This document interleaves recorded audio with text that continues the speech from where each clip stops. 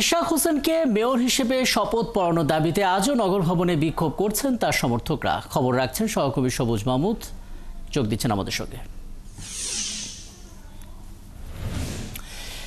সবুজ, বিষয়টা এমন দাঁড়ালো যে বিক্ষোভও চলবে, আবার জনদুর্ভোগ কমানোর জন্য নাগরিক সেবা যেগুলো দেয়া হতো নগর ভবনে সেগুলোও চলতে থাকবে, অর্থাৎ দুটোই চলতে থাকবে। সেক্ষেত্রে বিক্ষোভকারীর অবস্থানটা কি, তারা কি বলছেন একটু জানাবেন, এবং ইশরাক হোসেন এলেন কিনা, কিছু বলেছেন কিনা একটু জানাবেন আমাদেরকে সবুজ।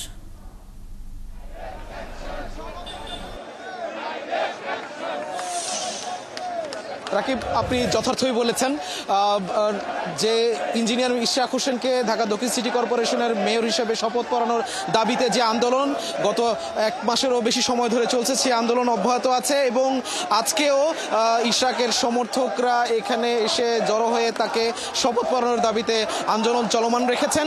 এবং গতকালকে কিন্তু ইশরাক হোসেন নগর ভবনে এসে এখান ঢাকা দক্ষিণ সিটি কর্পোরেশনের প্রায় 70 জন ওয়ার্ড সচিবের সাথে বৈঠক করেছেন এবং বৈঠকের মাধ্যমে তিনি সবাইকে জানিয়েছেন যে আন্দোলন চলাকালে নাগরিক সেবার যে ব্যাহত হয়েছে, জন্ম সনদ, মৃত্যু সনদ, চারিত্রিক সনদ গ্রহণ থেকে শুরু করে বিভিন্ন নাগরিক সেবা থেকে যারা বঞ্চিত হয়েছেন, সেই বঞ্চিত আর তাদেরকে করা যাবে না, তার নাগরিক সেবা অব্যাহত রাখতে হবে। এবং নাগরিক সেবা অব্যাহত রাখার জন্য সেই সভায় ইশরাক নির্দেশনা দিয়েছেন যেন প্রতিটি ওয়ার্ডে 5 সদস্য বিশিষ্ট একটি কমিটি গঠন করে দেওয়া হয়, যেখানে বিএনপি সমর্থিত নেতাকর্মীরা এবং সাবেক কাউন্সিলররা সেখানে প্রাধান্য পাবে এবং তাদের মাধ্যমে সেখানে নাগরিক সেবাগুলো নিশ্চিত করা হবে।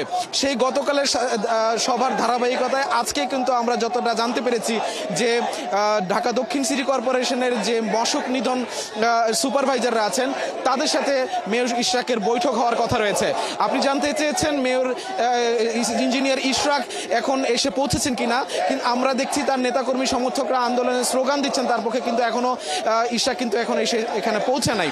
এবং যারা আন্দোলনে অংশ নিয়েছেন তারা ঢাকা সহ রাজধানী সহ ঢাকার বিভিন্ন জায়গা আমরা দেখেছি সাভার, আশুলিয়া থেকেও এখানে এসে আন্দোলনে যোগ দিয়েছেন এবং তারা বলছেন যদি মেয়র হিসেবে ইশরাক হোসেনকে শপথ পড়ানো না হয় তাহলে এই আন্দোলন আরো দুর্বার হবে, আরো বড় হবে এবং এই ঢাকা শহরের নাগরিকদের, দক্ষিণ সিটি কর্পোরেশনের নাগরিকরা যে দুর্ভোগ হচ্ছে সেই দুর্ভোগ আরো বাড়তে পারে বলে তারা আশঙ্কা করছেন।